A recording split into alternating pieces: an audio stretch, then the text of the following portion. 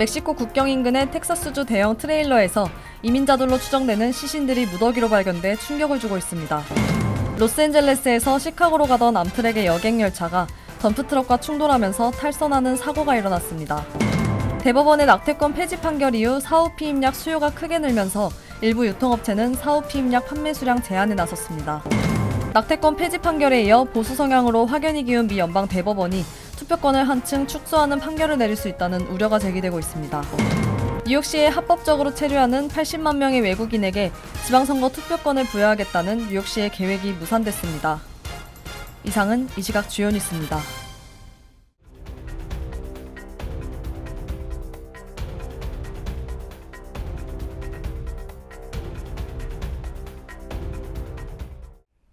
시청자 여러분 안녕하십니까? KBN 뉴스입니다. 멕시코 국경 인근의 텍사스주 대형 트레일러에서 이민자들로 추정되는 시신들이 무더기로 발견돼 충격을 주고 있습니다. 희생자 수는 50명으로 늘어났습니다. 보도에 박준환 기자입니다. 어제 오후 텍사스주 샌안토니오시 남서부 외곽에 주차된 대형 트레일러 안에서 시신이 무더기로 발견됐습니다. 소방당국은 철도 선로 옆 수풀가에 있던 트레일러에서 시신 46구가 확인됐다고 밝혔습니다. 사인은 아직 밝혀지지 않았지만 당시 샌안토니오의 기온이 섭씨 40도에 달하면서 트레일러에서 고온 속에 질식했을 가능성이 제기됐습니다.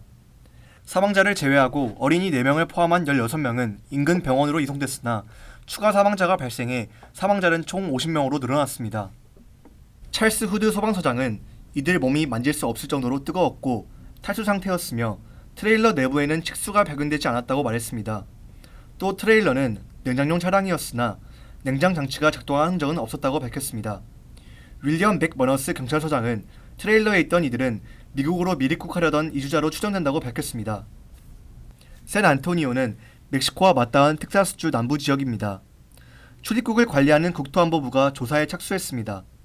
이번 사건과 관련해 경찰은 3명을 연행했으며 인신매매와의 연관성도 조사하고 있습니다.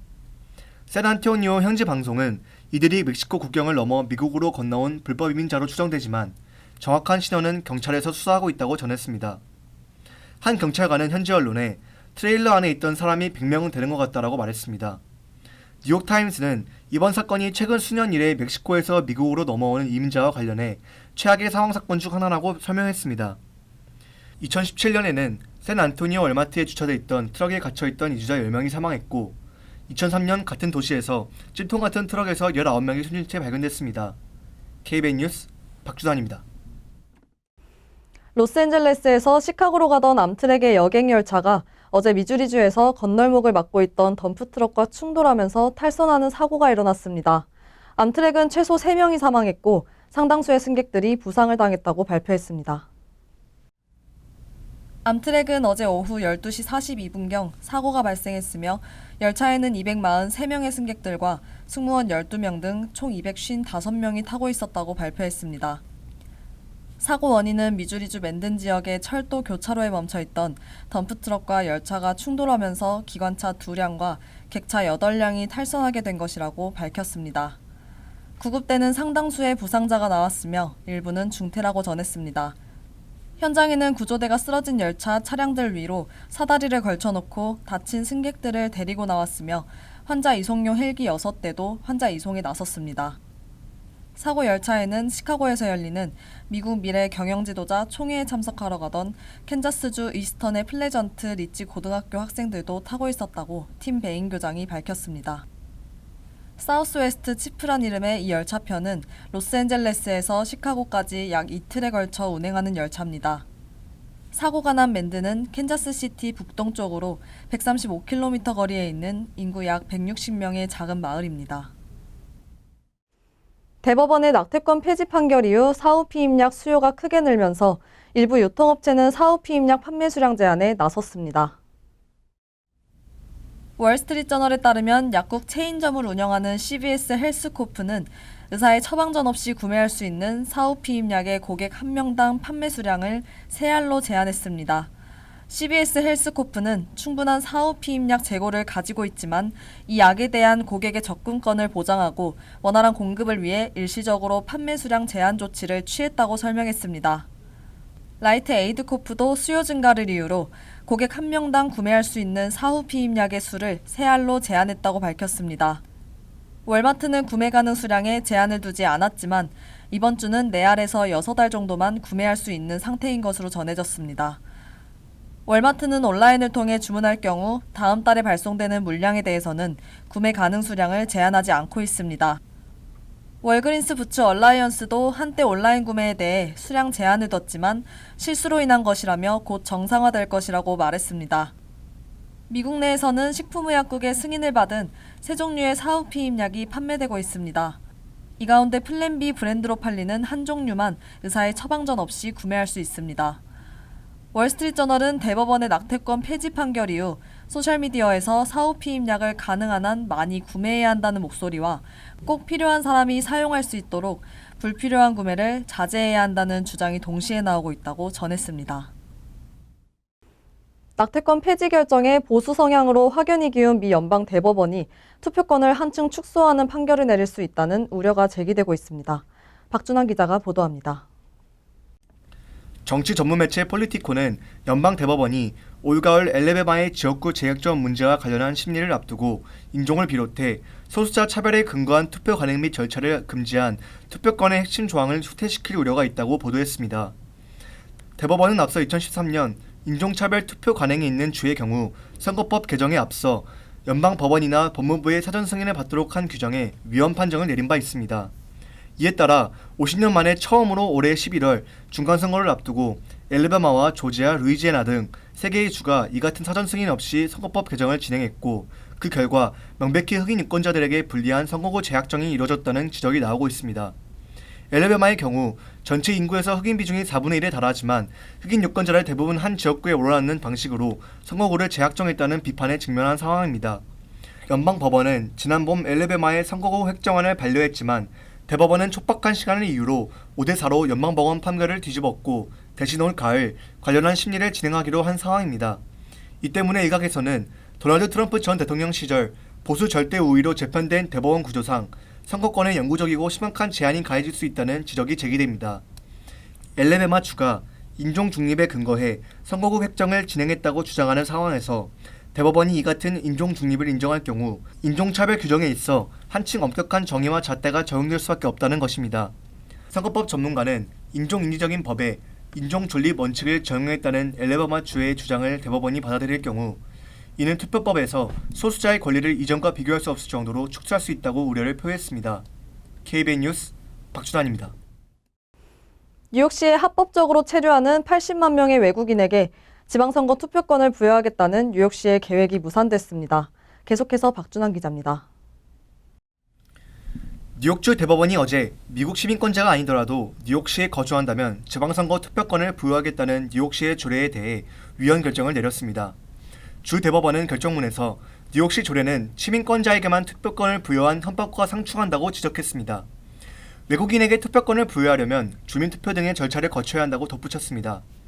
민주당이 장악한 뉴욕 시의회는 지난해 12월 영주권자와 노동허가 소지자에게도 투표권을 부여하도록 하는 조례안을 가결한 바 있습니다. 이에 따라 투표권을 받게 될 이민자는 대략 80만 8천 명으로 추산되는데 이는 뉴욕시 등록 유권자 490만 명의 16%가 넘는 규모입니다. 미국 내에서 영주권을 지닌 외국인에게 투표권을 주는 사례는 뉴욕이 최초는 아닙니다. 버몬트와 메릴랜드 주에서도 비슷한 법안이나 조례가 채택됐습니다. 그러나 뉴욕은 880만 명이 거주하는 대도시인 만큼 정치적인 의미가 남다르게 받아들여졌습니다.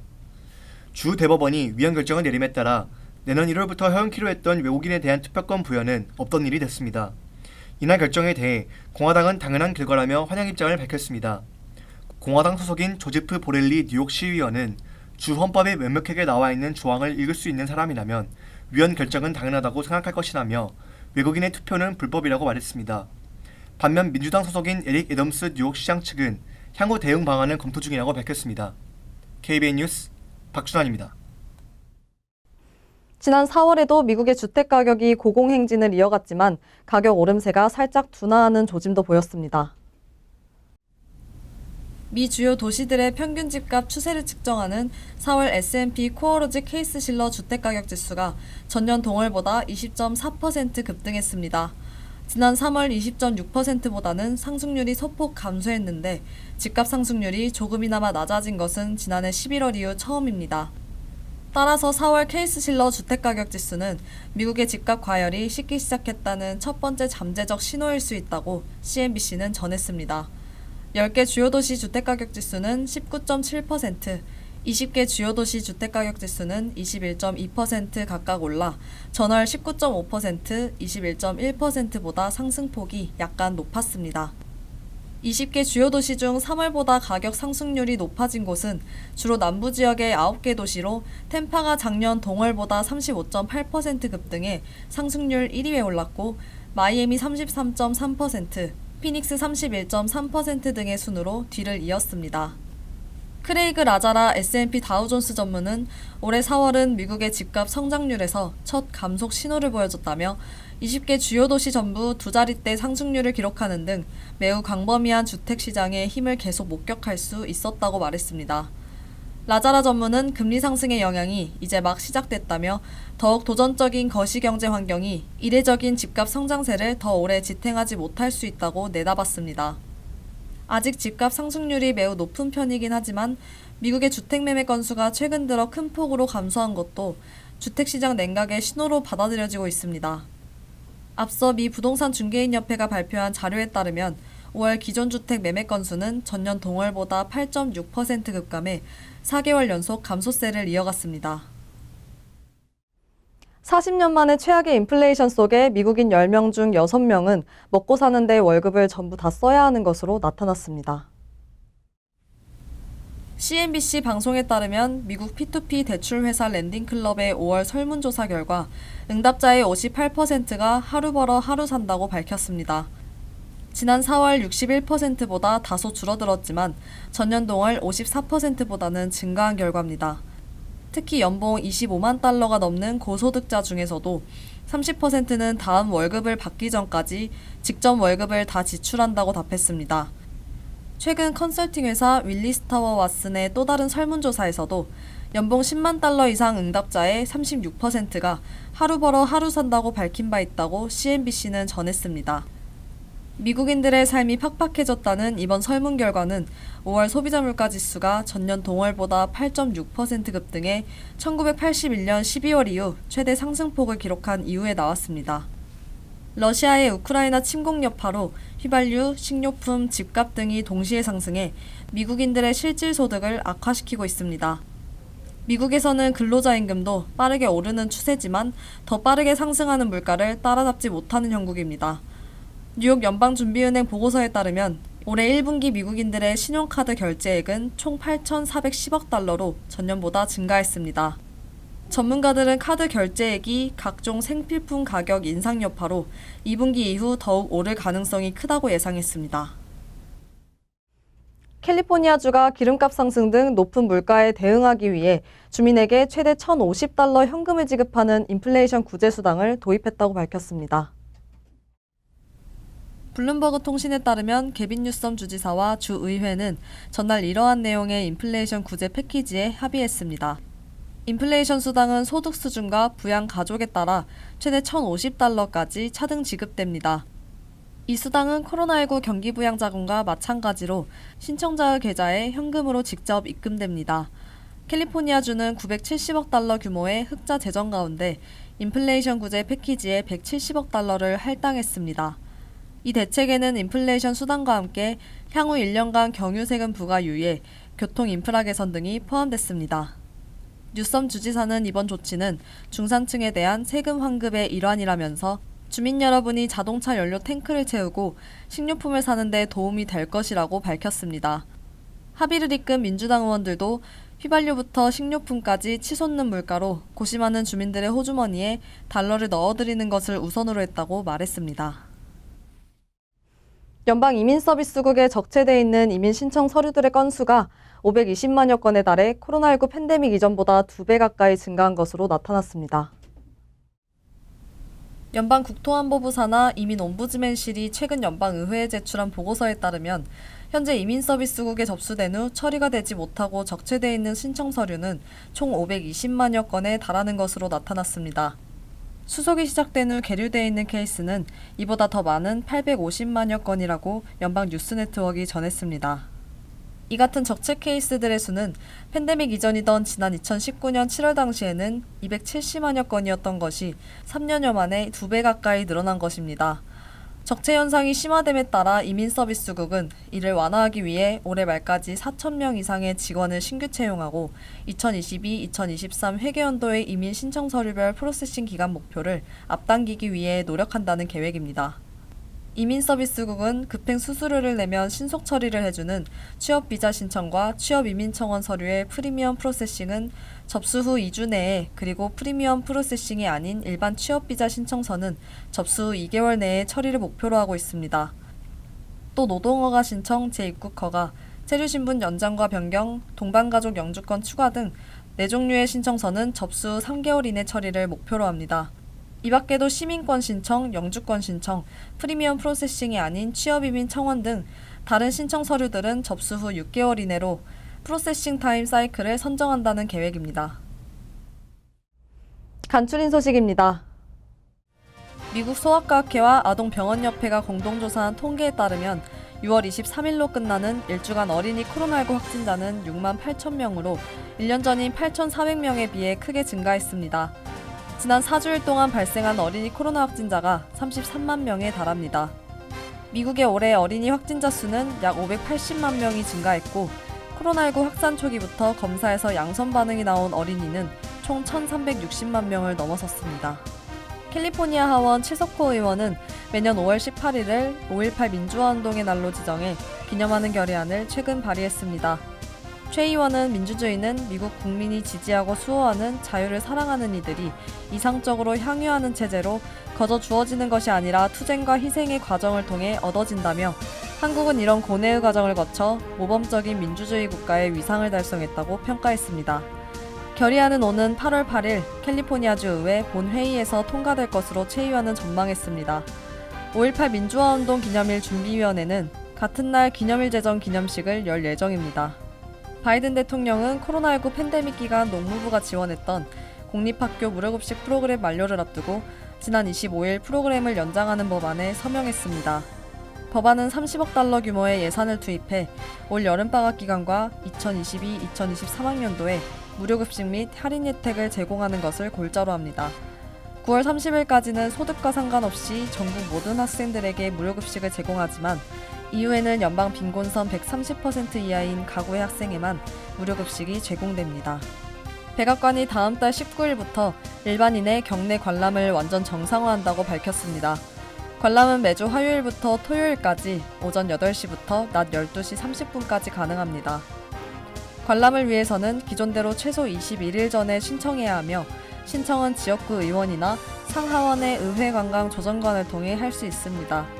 관람 전 10일 이내 기간에 코로나19 확진 판정을 받았거나 증상이 있는 경우 등은 관람에 참여해서는 안 되며, 마스크는 원할 경우 착용할 수 있습니다. 앞서 백악관은 코로나19 팬데믹이 시작된 2020년 3월 일반인 관람 행사를 중단했으며, 지난 4월 15일부터 제한적으로 일반인 관람 행사를 재개했습니다. 환율과 증권 소식입니다.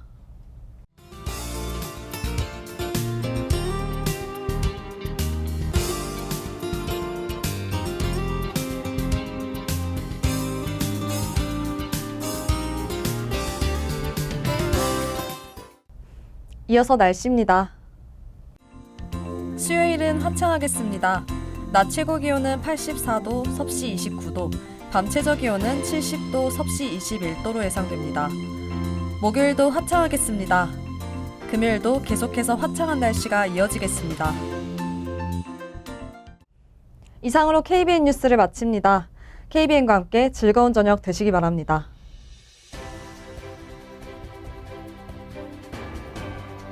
미 동부 최대 한인방송 KBN이 제작하는 KBN 뉴스는 웹사이트 mykbn.com 그리고 유튜브와 페이스북에서 다시 보실 수 있습니다. 좋아요, 구독, 알림 설정은 뉴스 제작에 큰 도움이 됩니다.